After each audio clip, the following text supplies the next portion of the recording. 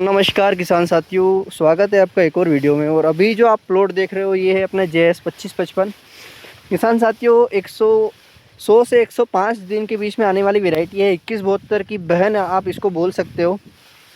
बाकी समस्या है कि ये फल फुटाव सब बढ़िया है, ज़ोरदार है। फूल भी बढ़िया आए थे इसमें, कुछ इस तरीके से कर भी बढ़िया है।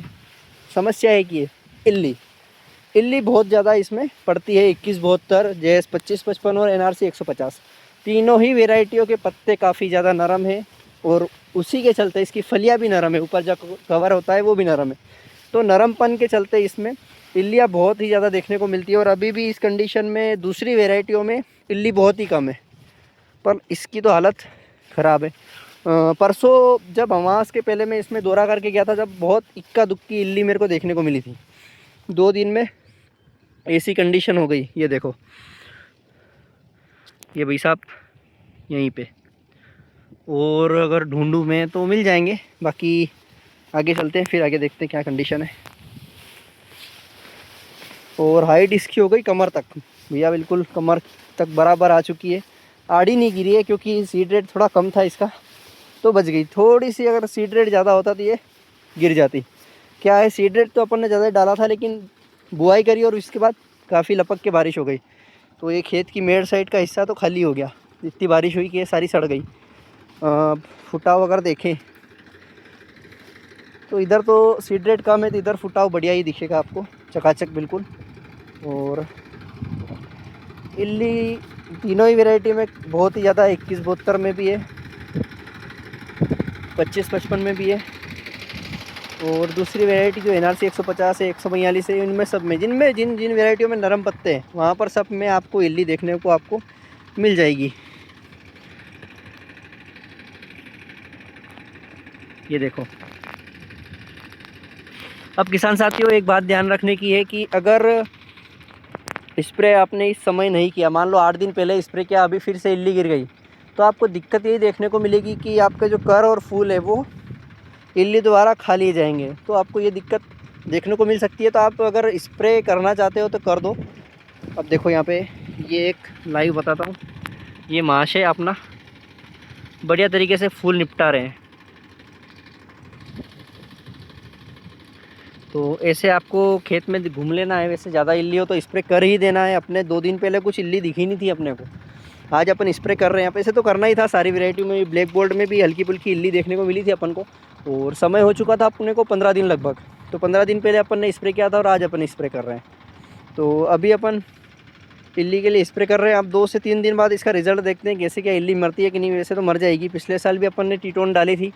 टीटोन के साथ इमेडा और बायोफेथरिन जो है, सफ़ेद मक्खी, तना चूसक, जो हल्की फुल्की इल्लियाँ है और रिंग कटर के लिए अच्छा काम करता है। टीटोन जो है सारी प्रकार की इल्लियों के लिए बढ़िया काम करता है।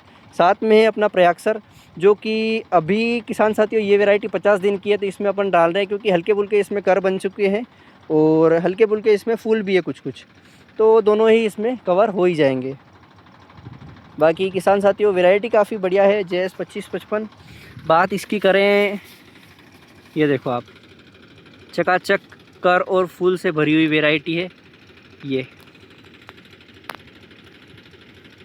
वैरायटी का तोड़ नहीं है, इसमें फली भी बढ़िया आती है, फूल भी बढ़िया आती है। पिछले साल एक दिक्कत आई थी, इसमें इसके पत्ते नहीं खरे थे, और वो मेरी गलती थी क्योंकि मैंने 65 दिन ऊपर इसमें हो चुके थे और फिर प्रयाक्सर डाला था और फिर फंगीसाइड डाला। तो दिक्कत ये हो गई कि इसके पत्ते खरे ही नहीं, पौधा हरा रह गया और जो फलियाँ थी वो सूख चुकी थी। तो ऐसी दिक्कत आने के कारण मुझे काफ़ी समस्या आई और हार्वेस्टिंग फिर हार्वेस्टर से करानी पड़ी। बाकी वैरायटी बढ़िया है। कई किसानों को इस बार किसानों के पास पहुंच चुकी है। अगर आपको अच्छा लगे तो आप बुआई करें, नहीं तो नहीं लगे। आपके आसपास देख ले वैरायटी अच्छी है नहीं है। मुझे तो जमी हुई थी। अब देखते हैं इस वर्ष क्या रिज़ल्ट मिलता है। अब एक और चीज़ दिखी मेरे को, थोड़ा 2x जूम करता हूँ आपके लिए। ये देखो, आपको हल्की सी बारीक इल्ली दिख रही होगी। ये तो कुछ इस तरीके से इल्ली अपने मज़े मार रही है। तो आपको हमेशा ध्यान रखना है फसल का कि कब कौन से समय पे कैसे क्या काम करना है। वैसे तो भाई स्प्रे अपन कर रहे हैं तो वैसे तो कवर अच्छा खासा हो जाएगा। 10 से 12 दिन या 15 दिन का अपने को गैप मिलेगा, उससे ज़्यादा नहीं मिलेगा, क्योंकि मौसम इस बार बहुत ही विपरीत चल रहा है। इल्लियाँ बहुत ज़्यादा गिर रही है। प्रेशर की बात करें तो 40 के प्रेशर पे चल रही है, 40 PSI पे। और ये अपनी ब्लैक बोल्ड है। अब उसमें आपको जितनी इल्ली बताई उसमें इसमें इतनी इल्ली आपको देखने को ही नहीं मिलेगी, आप ढूंढो भले ही। पूरा स्वस्थ पौधा है, कर देख लो, फूल देख लो, कोई किसी तरह की इल्ली नहीं मिली है इसमें, नहीं है। उस 142 में बहुत ज़्यादा है, वो रहा 142 का प्लाट, इसमें बहुत ज़्यादा इल्ली भाई साहब इसमें। और JS 2555 में 2172 कल अपन स्प्रे करेंगे, उसमें भी अपन वीडियो डाल देंगे कैसी क्या इल्ली है। बाकी इल्लियाँ तो बहुत है भाई साहब, स्प्रे करो आप, अगर व्यवस्थित तरीके से स्प्रे कर दोगे तो आपका फ़ायदा हो जाएगा। इल्लियाँ खाने के बाद अगर स्प्रे करने की सोच रहे हो तो नुकसान ही नुकसान है। और ब्लैक बोल्ट का अगर पौधा दिखाऊं मैं आपको तो ये कुछ इस तरीके से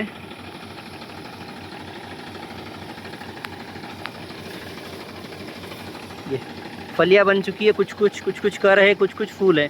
जो NRC 150 में कुछ बोल रहे थे किसान साथी के फल भी है, कर भी है, फूल भी है, वही वाली सिचुएशन अपने ब्लैक बोल्ड में भी है। तो किसान साथियों वैरायटी तो सारी बढ़िया है, 24 33 23 0, इन सारी ही बढ़िया वैरायटी है, एक से बढ़कर एक है। लेकिन सबसे बढ़िया बात है इल्लिया की जो है, कुछ पत्ते नरम होते हैं। अब इसका पत्ता उन सारी वैरायटियों से कड़क है, तो इसमें इल्ली आपको कम देखने को मिलेगी। 2303 में हल्की सी इससे ज़्यादा देखने को मिलेगी, 23 33 में थोड़ी सी कम देखने को मिलेगी। तो इसका जो पौधा होता है, पौधे की जो रजिस्टिविटी होती है, हर पौधे का अलग अलग। किसान साथियों अर्ली वैरायटी इस बार 3 डोज में आराम से पक जानी चाहिए, और कोशिश करेंगे पक भी जाएगी। लेकिन जो लेट वैरायटी सोयाबीन है, वहाँ पर अपने को एक स्प्रे और करना पड़ सकता है, और वो करना भी पड़ेगा, क्योंकि दूसरा स्प्रे 50 दिन में हो रहा है, तो 20 दिन बाद, 15 17 18 दिन बाद एक और स्प्रे करना है। तो लेट वैरायटी लगभग 70-72 दिन और कम में अपना तीसरा स्प्रे डल जाएगा। तो इतने में तो अर्ली वैरायटी पक जाएगी, लेकिन जो लेट वैरायटी है वो नहीं पकेगी। उसके अब फिर भी 25 से 30 दिन बाकी रहेंगे। तो 30 दिन के अंदर अगर कोई इल्ली गिर जाती है या कोई दूसरी दिक्कत आ जाती है, कोई फंगस लग जाता है, तो वहाँ पर उस सोयाबीन की हालत ख़राब हो जाएगी। तो सारी चीज़ों का ध्यान रखना होता है। बाकी दवाई अगर टेक्निकल मैंने आपको बता दिया है, और दवाई के डब्बे अपन ने वहाँ पर पड़े हैं जहाँ पर अपन ने पानी भरा था। वहाँ पर अपना एक तलाई बनाई रखी है छोटी सी, जहाँ पर 15-20 हज़ार लीटर पानी हमेशा भरा हुआ रहता है। तो वहाँ से अपन पानी भरते हैं, और पानी भर के इस खेत में अपन ने रास्ता बना रखा है यहाँ तक आने का। तो इस खेत में अपने पतले टायर से लाकर स्प्रे आराम से कर देते हैं। बाकी आज अपनी नली भी 2 बार प्रेशर बढ़ाने के चक्कर में फट गई थी, तो वीडियो पूरी बना नहीं पाया। 2303 में अपन ने स्प्रे कर दिया, 2433 में कर दिया। ब्लैक बोल्ट बची है, 2555 बची है, 2172 भी बची है, 2303 का वो वाला प्लाट बचा है, 2506 भी बची है। तो कल इन सब में अपन स्प्रे करेंगे। मौसम सुबह 11 बजे बाद खुला था, फिर 12-1 बजे फिर बिगड़ गया, और रिमझिम बारिश भी शुरू हो चुकी थी। तो थोड़ी बहुत परेशानी आई अपने को, बाकी कोई ज़्यादा दिक्कत नहीं आई है।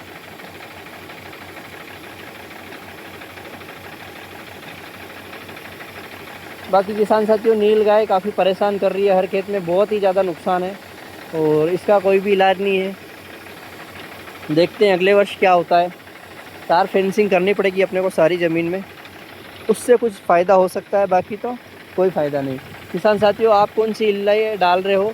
और एक दवाई और है पेथोरा नाम की, नाम का ठीक से याद नहीं आ रहा है। बाकी अगर सारी ही दवाई आपकी फ़ेल हो जाती है, इल्ली की नहीं मरती, तो आप वो डाल के देख लेना। अडामा की आती है पेथोरा या पेंथोरा करके, उससे सारी, अगर आखिरी में कोई इल्ली सारी मर नहीं रही है, कोई दिक्कत आ रही है, तो उसको डाल ले। थोड़ी सी महंगी ज़रूर है, लेकिन किसी भी तरह की कौन सी भी इल्ली हो तो वो आराम से उसको मार देगी। बाकी किसान साथियों अपने ब्लैक बोल्ट की भी हाइट काफ़ी बढ़ चुकी है।